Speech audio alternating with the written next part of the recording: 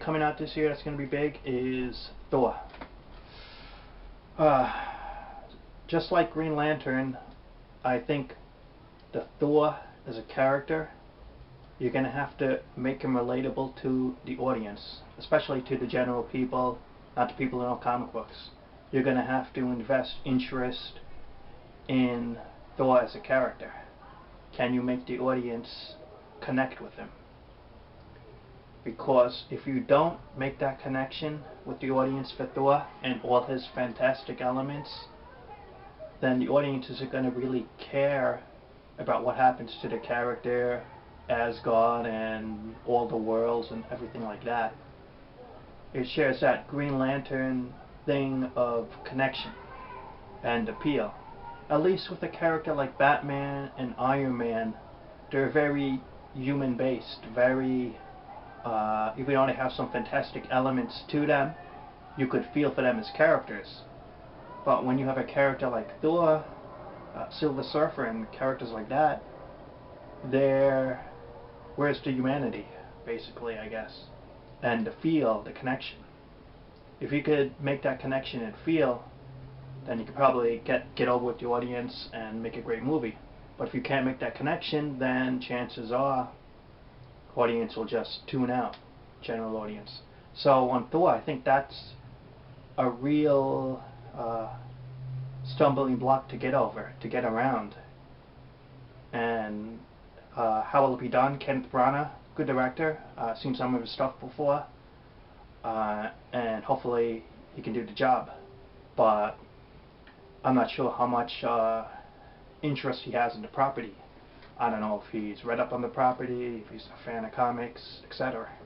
So I think when you have a director who really cares and invests in the property, you could have some great stuff. But if they don't care, then, you know, it could be anything. And Thor, it's either going to be a really good hit or a B minus type of, like Iron Man 2-ish, or maybe no hit. It's very up in the air at this point, I think. Another movie I'd like to talk about coming out in July, Captain America. Finally a Captain America, right? At first, when they chose Chris Evans as Cap, I never really liked that idea of the same actor portraying two different comic characters. Did a great Human Torch, but when I saw the pictures online, I think they did choose a right Captain America. I think could potentially be the Captain America, could do a great rendition of Cap. And the Red Skull, some pictures were revealed online recently of how he looks, and the Red Skull looks fantastic. Very comic style, if you will. Just a great look to the Red Skull. Captain America, I do like the costume actually. The traditional Captain America costume with the red boots and gloves and stuff really looks kinda, I hate to say the word, but looks kinda silly in the real world. I mean, just look up the old 1990s Captain America on YouTube. And I think what they did with using the Ultimate style Captain America was the right choice. When they had Ultimate Captain America, it really brought out more of a real world type feel to the character, and Captain America looks good in costume. And they got the shield right, okay? They also got the triangle shield in it. It's going to be a World War II piece, and I have high hopes for Captain America. I hope it'll do great, but as I said, with the comic movies, anything is up in the air at this point. Could be good, not good, anything in between, right? So we'll see what happens in Captain America. And final movie thoughts on Transformers 3D, Dark of the Moon. We already know Transformers property is huge. Transformers property is completely over with the general public. Fathers, mothers, they know Transformers. They know at least Optimus Prime, Bumblebee, probably the two breakout stars. You either like Michael Bay and what he's done, or you don't like him. I think he's done a great job because he got over a fantastic property that looks like, how the hell are you going to get this over with the public? And he got it over. Got to give credit to that. In terms of the general population and public, it got over, and he produced it, and he didn't make it silly, as in silly in a bad way, but, you know, silly, you could have fun with it, but not in the, like, where the audience disrespects the movie type of thing. And just to crank out 3 movies in a short span of years, got to give him credit for that as well.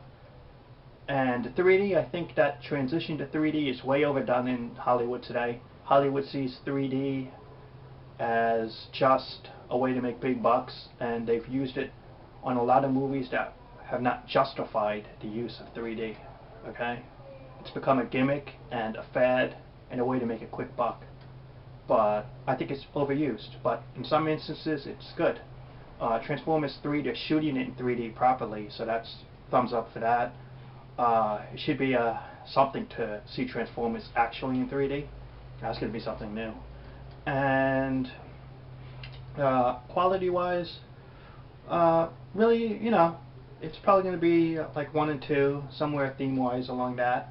Hopefully it'll be cool. Hopefully, I like the first 2, so hopefully I like this one as well. And Transformers 3, I got to give mention to the actors. Shia, playing Sam Wickerty, right? He was very honest in his interviews about his last Indiana Jones movies and other stuff about just like what acting is and the nature of acting from interviews I've read. Very honest with his opinions and thoughts on it, his work, as well as just acting in general, what it's about and what it deals with.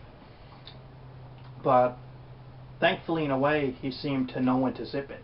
Because Megan Fox was stupid Megan Fox. Transformers, the first one, made her career and made her a known face. And then, what does she do by 1 and 2?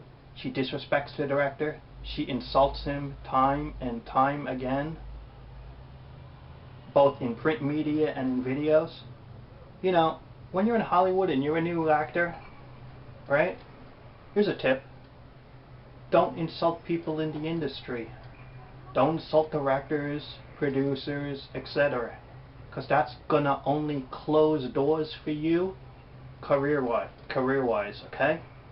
When you don't care about your career anymore, or you're out of the field, or you're retired, speak your mind. Write a book, speak it out.